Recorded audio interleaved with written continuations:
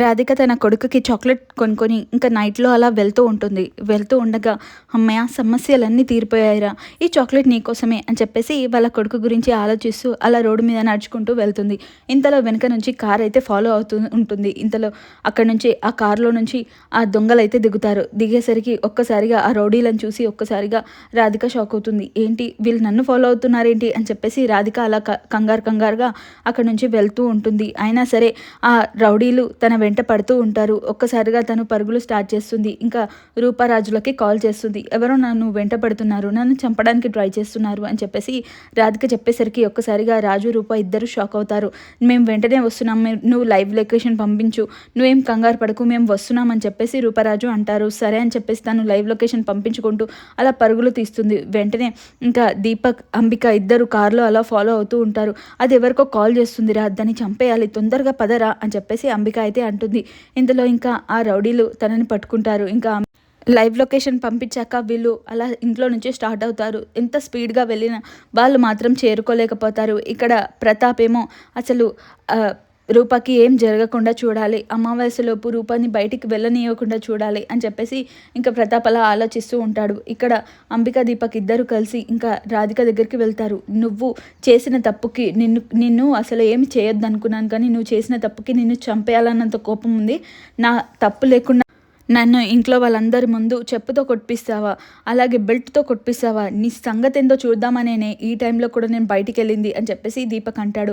మీరు చేసిన తప్పుకే నేను శిక్ష వేశాను అంతే అని చెప్పేసి రాధిక అయితే అంటుంది. ఇంకా అంబిక నీకు కూడా శిక్ష వేయాలనేనే ఇప్పుడు మేము బయటికి వచ్చింది అని చెప్పేసి అంబిక వెళ్ళి తన రెండు చేతులు పట్టుకుంటుంది. ఇంకా దీపక్ ఇంకా కత్తి తీసి అలా అంబికని పొడుస్తూ ఉంటాడు. ఇంతలో ఇంకా రూపారాజు ఇద్దరు అలా లైవ్ లొకేషన్ పెట్టాక ఇంకా స్పీడ్గా వస్తూ ఉంటారు. ఇక్కడ రాధికనైతే వాడు దీపక్ చంపేసి ఇంకా నువ్వు ఇప్పుడైనా సరే ప్రశాంతంగా చావు, నేను అసలు చంపొద్దు అనుకున్నాను, నా ప్రేమలో బందీ చేద్దాం అనుకున్నాను, కానీ ఇలా చంపుతానని నేను అస్సలు అనుకోలేదు అని చెప్పేసి దీపక్ ఇంకా తనని అక్కడ పడేసి ఇంకా అప్పుడే కార్ సౌండ్ వచ్చేసరికి పదండి వెళ్దాం అని చెప్పేసి అక్కడ నుంచి ఆ కార్ తీసుకొని దీపక్ వాళ్ళైతే వెళ్తారు. వెళ్ళి ఇంకా చాటుగా అలా చూస్తూ ఉంటారు. ఇంకా రాధిక అలా పడిపోయి ఉంటుంది. రూపారాజులు ఇద్దరు అక్కడికి వస్తారు. ఇంకా రాధికను చూసి షాక్ అవుతారు. రాధిక దగ్గరికి వెళ్తారు. వెళ్ళాక నన్ను చంపింది ఎవరో కాదు, దీపక్ అంబిక అని చెప్పేసరికి ఇంకా రూపారాజులు ఇద్దరు షాక్ అవుతారు. మనం హాస్పిటల్కి వెళ్దామని చెప్పేసి రూపాల్ అలా తనను లేవడంతో ఇంకా వద్దు, నేను చచ్చిపోతాను, నాకు తెలుస్తుంది, మీరు ఎంతకైనా మంచిది, మీరు నాకు వీడియో రికార్డింగ్ చేసుకోండి, మీకు కనీసం ప్రూఫ్ అయినా ఉంటుంది అని చెప్పేసి ఇంకా రాధిక అంటుంది. నువ్వైతే ఫస్ట్ హాస్పిటల్కి వెళ్దామని చెప్పేసి రూప అంటుంది. అన్నాక వద్దు, నేను చచ్చిపోతే మీకు ఆధారం కూడా లేకుండా పోతుంది, దయచేసి రికార్డ్ చేసుకోండి అని చెప్పేసి అంటుంది. అన్నాక ఇంకా రాజు అలా ఫోన్ తీసి అలా రూప నన్ను చంపింది ఎవరో కాదు అని అంటూ అలాగే చనిపోతుంది. అమ్మయ్య, మనకైతే సాక్ష్యాలు లేవురా, మనం చంపినట్టు సాక్ష్యాలే లేవురా అని చెప్పేసి ఇంకా అంబిక దీపక్ ఇద్దరు సంతోషపడిపోయి అక్కడ నుంచి వెళ్ళిపోతారు. అలా వెళ్ళిపోగానే ఇంకా రూపరాజులు ఇద్దరు అలా రికార్డింగ్ చేస్తూ ఉండగానే సగంలో ఆగిపోయేసరికి అరే వీళ్ళు చంపినట్టు సాక్ష్యాలే లేకుండా పోయాయి అని చెప్పేసి వాళ్ళిద్దరూ అలా అనుకుంటారు. అనుకున్నాక రాధికకి జరిగే కార్యక్రమాలు చూద్దాము అని చెప్తే సరే మనం లీగల్గా వెళ్దాము, ఇది ఖచ్చితంగా హత్య కాబట్టి లీగల్గా వెళ్దాము రూపగారు అని చెప్పేసి అంటాడు. అన్నాక సరే అని చెప్పేసి అంటుంది.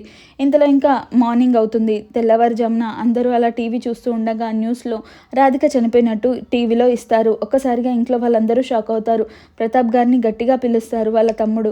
ఇంకా అందరూ అలా హాల్లోకి వచ్చి చూస్తుండగా రాధిక చనిపోయింది అని చెప్పేసి ఈ టీవీలో చెప్పడంతో అందరూ అలా షాకింగ్కి గురవుతారు. ఇంతలో రూపారాజులు అక్కడికి వస్తారు. చూసారా అమ్మ, రాధిక మేడం చనిపోయారు అని చెప్పేసి ఇంకా మందారం అంటుంది. అన్నాక మాకు కూడా తెలుసు ఎవరో చంపుతున్నారని చెప్పేసి మాకు కాల్ చేసి చెప్పింది, మాకు ఎవరో వెంట పడుతున్నారని చెప్పింది, కానీ ఇలా చంపేస్తారని అనుకోలేదు.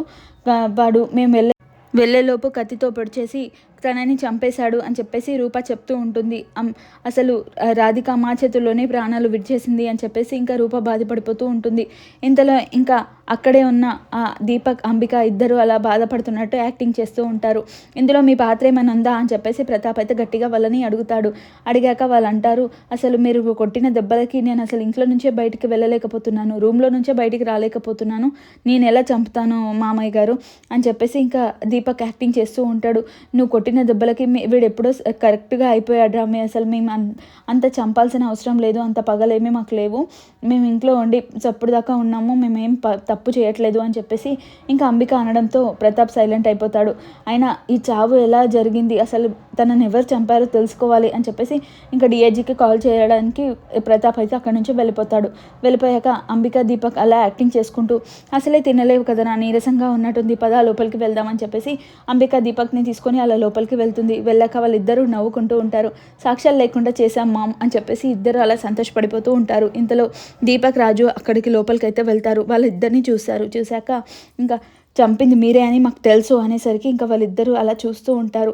అవునా, మేమెందుకు చంపుతాం, మాకేం అవసరం అని చెప్పేసి అంబిక అయితే అంటుంది. అన్నాక మీరు ఇలా నాటకాలు చేస్తారని, మీకు ప్రూఫ్ లేకుండా పోయారని ఇలా చేస్తున్నారు, మాకు తెలుసు, మాకు రాధిక చెప్పింది మీరే చంపారని చెప్పేసి రూప అయితే అంటుంది. అన్నాక దీపక్ ఇంకా మాకేం అవసరం, మేము చంపలేదు, అయినా మేము చంపినట్టు ప్రూఫ్స్ ఏమైనా ఉన్నాయా మీ దగ్గర అని చెప్పేసి దీపక్ అలా యాక్టింగ్ చేస్తూ ఉంటాడు. ఇంకా రాజు కోపంతో మీరే చేశారని నాకు తెలుసురా, నువ్వే కత్తితో పొడిచావని నాకు తెలుసు, అయినా సాక్ష్యాలు లేనందుకే మీరు ఇంకా బతికిపోయారా అని చెప్పేసి రాజు గట్టిగా అడవడంతో ఇంకా అంబిక అవునా సరే మేము చంపినట్టు ప్రూఫ్ ఏంటిరా అని చెప్పేసి దీపక్ కూడా గట్టిగా అరుస్తాడు.